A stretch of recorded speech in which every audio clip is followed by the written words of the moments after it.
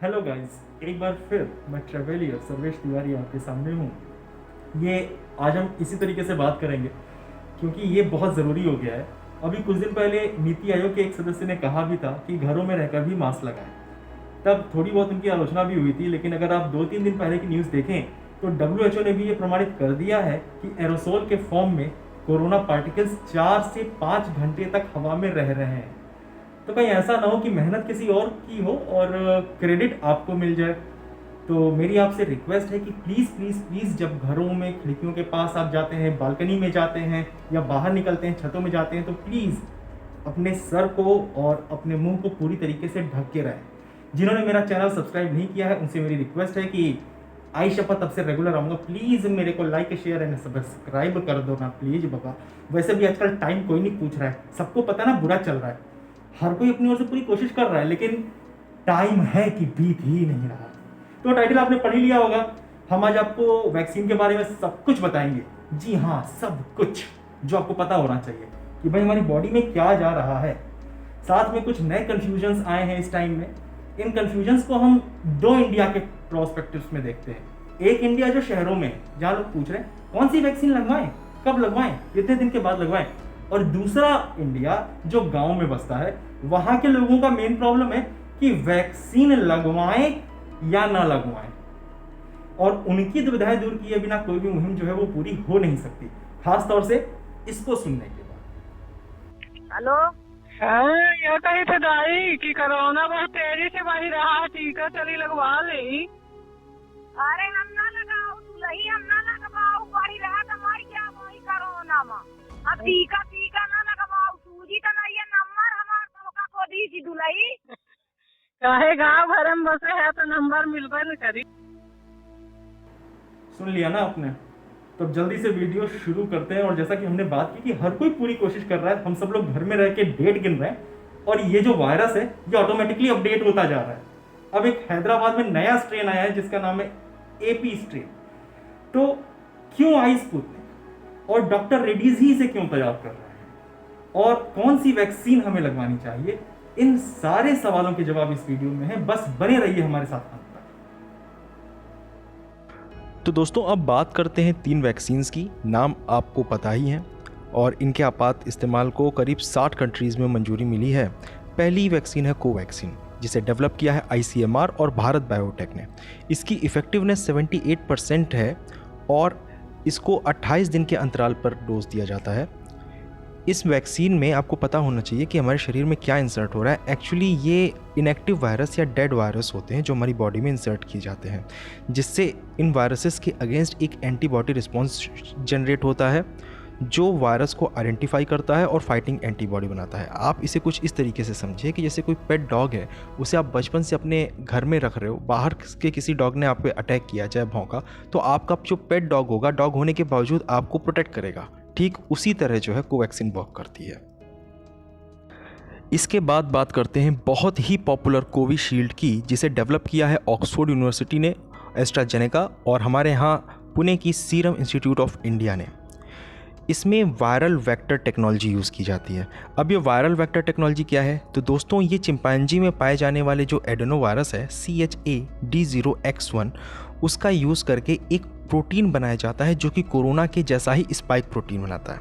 ये बॉडी में कोविड के खिलाफ नेचुरल प्रोटेक्शन बनाता है, और यही वजह है कि 44 और 45 इयर्स एज ग्रुप के ऊपर वाले जितने भी लोग हैं, मैक्सिमम लोगों को कोविशील्ड प्रोवाइड कराई जा रही है, क्योंकि 70% यानी कोवैक्सीन से 8% इसकी इफ़ेक्टिवनेस कम होने के बावजूद ये कोरोना वायरस से लड़ने के लिए हमारी बॉडी में नेचुरल एंटीबॉडीज़ और एक नेचुरल प्रोटेक्शन क्रिएट कर रहा है। दोस्तों, इस वीडियो की शुरुआत में हमने आपसे पूछा था ना कि आंध्र प्रदेश में डॉक्टर रेड्डी लैब्स ही स्पुतनिक 5 को क्यों बना रहे हैं, तो उसका जवाब ये है कि सबसे खतरनाक कोरोना का स्ट्रेन, जिसका नाम है एपी स्ट्रेन, या मैं कहूँ आंध्र प्रदेश स्ट्रेन, ये वहीं मिला था। इसका रियल साइंटिफिक नेम है N440K।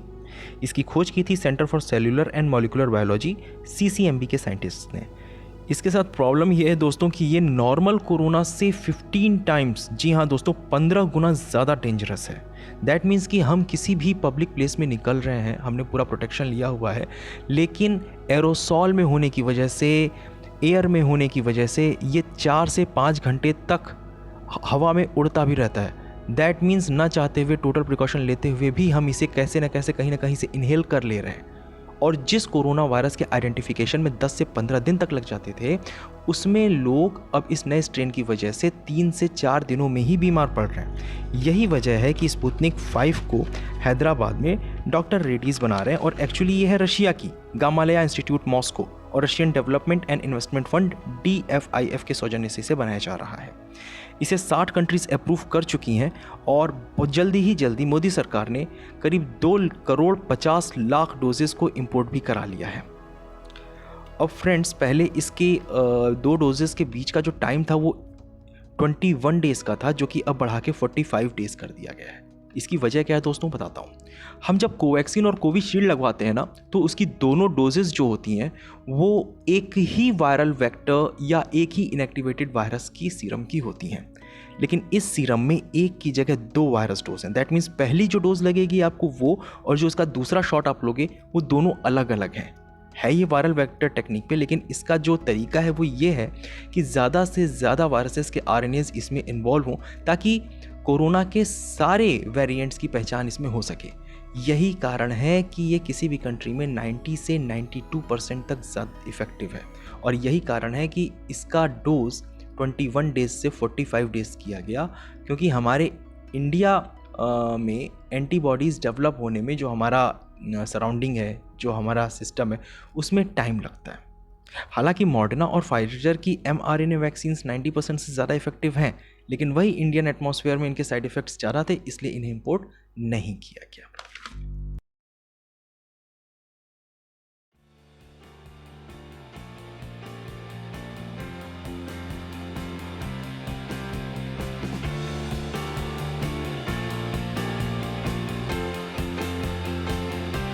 तो दोस्तों, बहुत हो गई बातें, अब टाइम है वैक्सीनेशन का।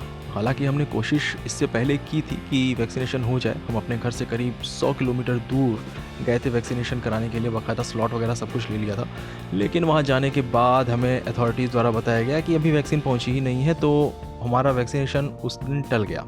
आज 1 हफ्ते बाद फिर हमने डेट लिया है, स्लॉट बुक कर लिया है, तो देखना ये है कि आज हमारा वैक्सीनेशन हो पाता है या नहीं हो पाता।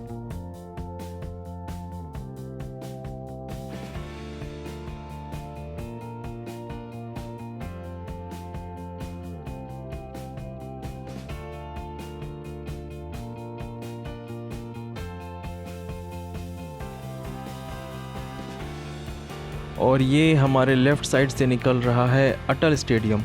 पहले इसका नाम आइकाना स्टेडियम था, लेकिन अब इसका नाम अटल स्टेडियम है। Wow, it is huge.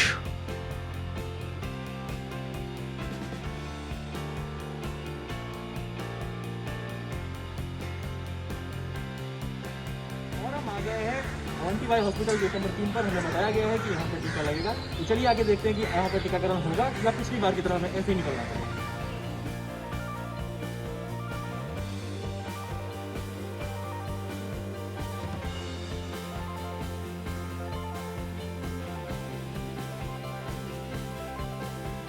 हाँ तो फ्रेंड्स, हो गया वैक्सीनेशन। हमें कोवैक्सीन लगाई है और 30 दिन का गैप मिला है सेकेंड डोज के लिए।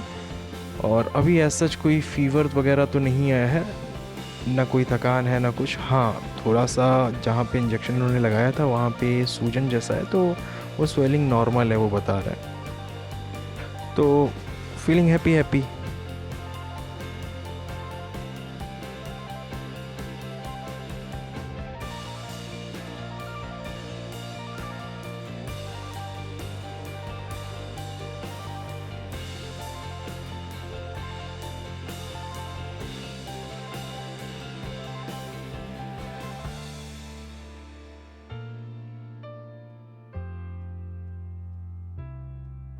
और मेरे फ्रेंड्स, एक लास्ट रिक्वेस्ट आपसे ये है कि जब कभी भी आप घरों से निकलें तो मास्क को प्रॉपर लगाएं। मतलब ऐसा नहीं है कि आप नाक के नीचे लगा रहे हैं, मुंह के नीचे लगा रहे हैं, इसको प्रॉपरली पहने, क्योंकि हमें कोरोना को हराना है, इसको धोखा नहीं देना।